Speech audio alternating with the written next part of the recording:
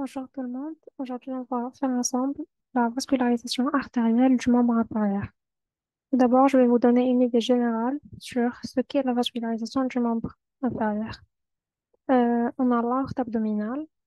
Tout d'abord, on a l'aorte abdominale qui va se diviser en deux segments, l'iliaque primitive droite et l'iliaque primitive gauche. Les iliaques primitives droite et gauche vont elles aussi se diviser en deux, l'iliaque externe et l'iliaque interne et l'iliaque externe. L'iliaque interne est responsable de la vascularisation de la région pelvienne et de la paroi du pelvis. L'artère iliaque externe, elle, va se diviser au niveau de l'arcade crurale en artère fémorale qui va circuler verticalement au niveau de la cuisse jusqu'au creux poplité où il va se diviser. Il va devenir postérieur et donner l'artère poplitée. L'artère poplitée, ensuite, elle va se diviser en deux artères, la tibiale postérieure et la tibiale antérieure. J'espère que vous avez... On a dit que l'aorte abdominale va se diviser en deux, l'iliaque primitive droite et gauche. Les primitives vont donner l'iliaque externe et l'iliaque interne. Pardon, interne, voilà, l'iliaque interne, c'est celle-là. L'iliaque interne responsable de la vascularisation de la région pelvienne. L'iliaque externe va se diviser au niveau de l'arcade crurale en artère fémorale. L'artère fémorale, au niveau du creux poplité, va donner l'artère poplitée qui va, après avoir traversé le creux poplité, va se diviser en deux en donnant l'artère tibiale antérieure et l'artère tibiale postérieure. Maintenant, on va parler de chacune des artères séparément pour bien détailler les choses. Commençons par l'artère iliaque interne. Elle va donner plusieurs branches collatérales destinées surtout aux organes pelviens et à la paroi du pelvis. Elle donne aussi des collatérales extrapelviennes qui vont sortir du pelvis pour vasculariser la région glutéale. Parmi ces branches extra-pelviennes, on a quatre qui sont très importantes.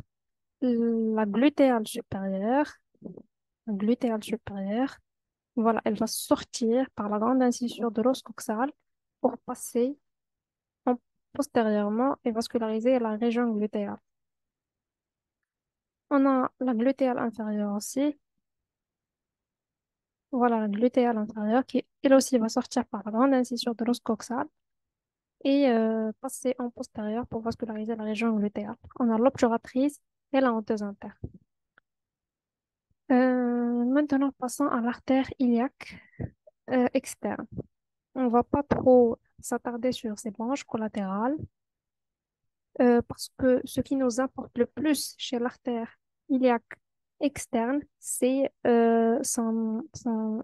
sa branche terminale qui est l'artère fémorale. Et on sait bien que l'artère fémorale, c'est la principale artère qui vascularise le membre inférieur.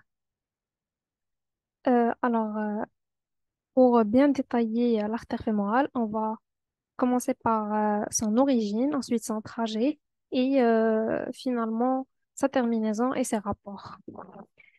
Euh, alors, l'artère fémorale, son origine, c'est juste au-dessous de l'arcade crurale. Voilà l'arcade crurale.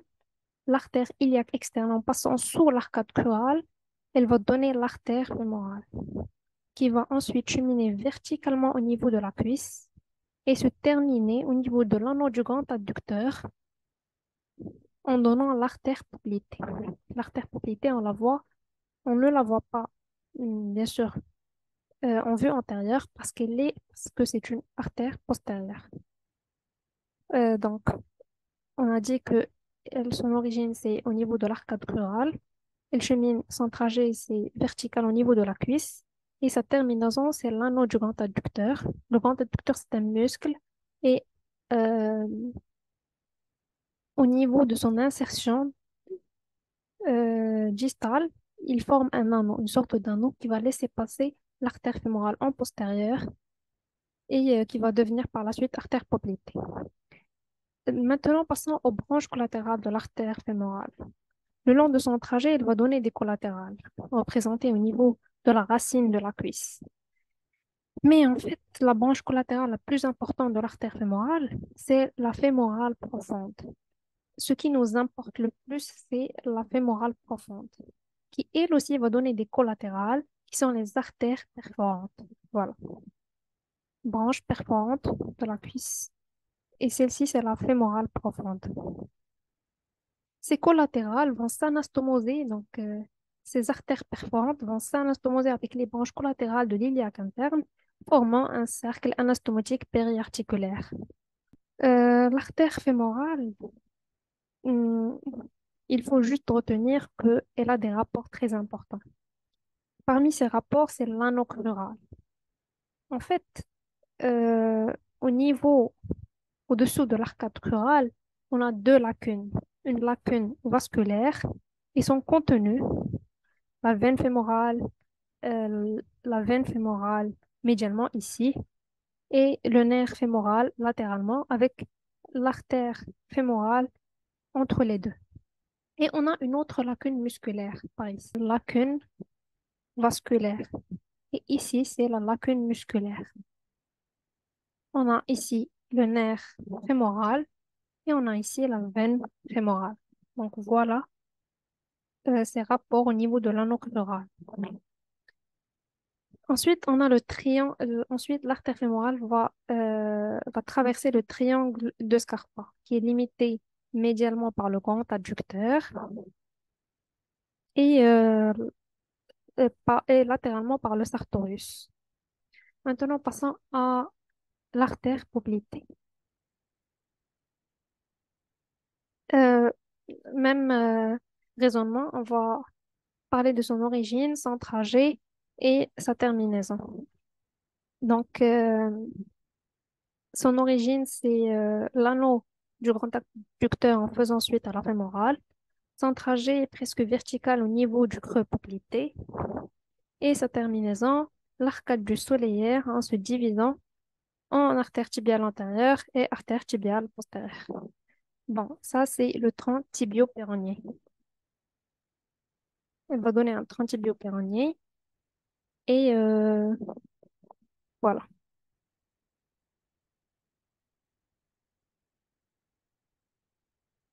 tibiale postérieure et la fibulaire. C'est pour ça qu'on dit que, que l'artère poplitée, en fait, elle se divise en deux. L'artère tibiale antérieure et non pas l'artère tibiale postérieure, mais le tronc tibio-péronien en donnant l'artère tibio-péronien qui va par la suite se diviser en artère tibiale postérieure et en artère péronnière ou fibulaire. Mais dans d'autres ouvrages, on dit que l'artère poplitée se divise en deux, tibiale postérieure et tibiale antérieure.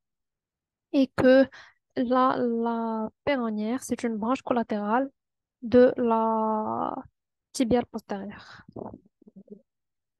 Donc, on a dit que son origine, c'est l'anneau des adducteurs faisant suite à la fémorale, ici. Son trajet presque vertical au niveau du creux poplité. Et sa terminaison, arcade du solaire. L'arcade du solaire, c'est le muscle solaire, en se divisant en artère tibiale antérieure. La, pardon, l'artère tibiale antérieure, c'est celle-là. J'espère que vous arrivez à la voir. Et l'artère tibiale postérieure. Euh, voilà, l'artère tibiale antérieure, son origine, on a dit que elle fait suite à l'artère poplitée au niveau de l'arcade du solaire, mais cette fois-ci, l'artère tibiale antérieure, elle va passer en antérieur, elle va traverser la membrane interosseuse et cheminer verticalement au niveau de la membrane interosseuse. L'artère tibiale postérieure, elle,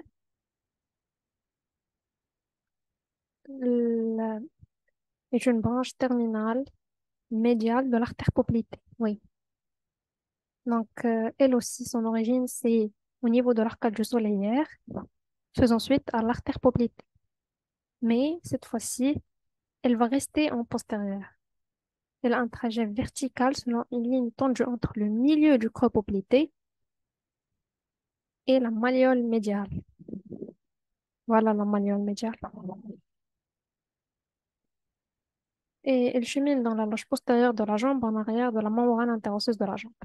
Si la tibiale antérieure chemine en avant de la membrane interosseuse, traverse la membrane interosseuse et chemine en avant de la membrane interosseuse, la tibiale postérieure euh, chemine selon un trajet vertical, selon une ligne tendue entre le milieu du creux poplité et la malléole médiale, et cette fois-ci en arrière de la membrane interosseuse. Euh, donc, on a parlé de son origine, de son trajet.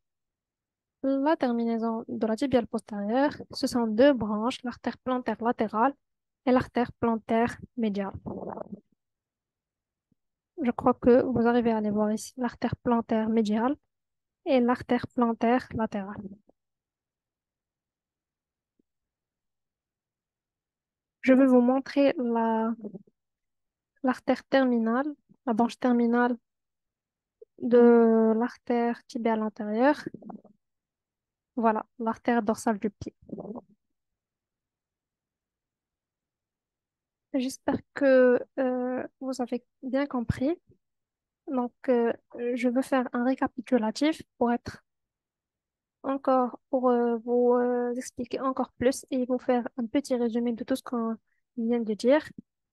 Alors, on a dit dans le tout début de la vidéo que l'artère abdominale, l'aorte abdominale va se diviser en deux. L'iliaque primitive droite et l'iliaque primitive gauche. C'est ce tout petit segment ici. Ces artères iliaques primitives vont se diviser en deux. Iliaque interne et iliaque externe.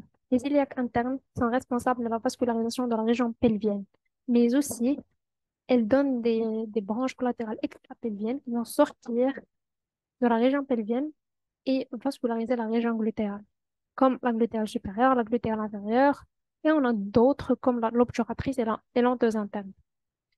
Euh, L'iliaque externe, elles vont se diviser en dessous de l'arcade pleurale en artère fémorale. Elles vont donner, pardon, juste au-dessous de l'arcade pleurale, l'artère fémorale. Il va cheminer verticalement au niveau de la cuisse et va se terminer au niveau de l'anneau du grand adducteur en donnant l'artère poplitée.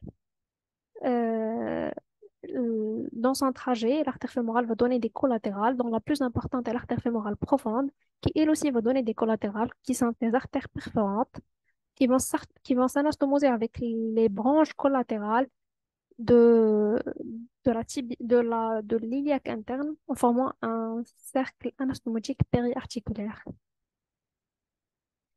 Euh, alors, on a dit que l'artère fémorale, elle passe au niveau de l'anneau, de la lacune vasculaire de l'anneau crural. L'anneau crural est divisé en deux, lacune musculaire et lacune vasculaire. Au niveau de la lacune vasculaire, elle décrit des rapports avec la veine fémorale et l'artère fémorale. Pardon, avec la veine fémorale et le nerf fémoral. Ensuite, elle va traverser le triangle de Scarpa et se terminer au niveau de l'anneau de l'adducteur en donnant l'artère poplitée. Bien sûr, l'artère poplitée est une artère postérieure. Donc maintenant, euh, on va euh, se baser sur une vue postérieure. L'artère poplitée, elle, son origine, bien sûr, c'est l'anneau du grand adducteur faisant suite à l'artère fémorale. Elle va cheminer verticalement au niveau du creux poplité. Elle va cheminer verticalement au niveau du creux poplité et va se terminer au niveau de l'arcade du solaire en deux artères, la tibiale antérieure et le tronc tibio-péronée, la tibiale postérieure, qui lui, par la suite, va donner l'artère tibiale postérieure et l'artère péronnière au fibulaire. L'artère tibiale antérieure, euh, en faisant suite à l'artère poplitée au niveau de l'arcade du muscle solaire, elle va passer en antérieur. Elle va traverser la membrane interosseuse et va cheminer en avant de celle-ci, verticalement, juste, jusqu'au niveau, euh, jusqu'à ce qu'elle va donner l'artère dorsale, qui est sa branche terminale. La tibiale postérieure, elle va cheminer, elle va décrire un trajet vertical selon une ligne tendue entre le milieu du creux poplité et la malléole médiale. Puis elle chemine donc dans la loge postérieure de la jambe en arrière de la membrane interosseuse. Elle va se terminer en donnant deux branches. J'espère que vous avez bien compris. Et n'oubliez pas de aimer la vidéo et de s'abonner.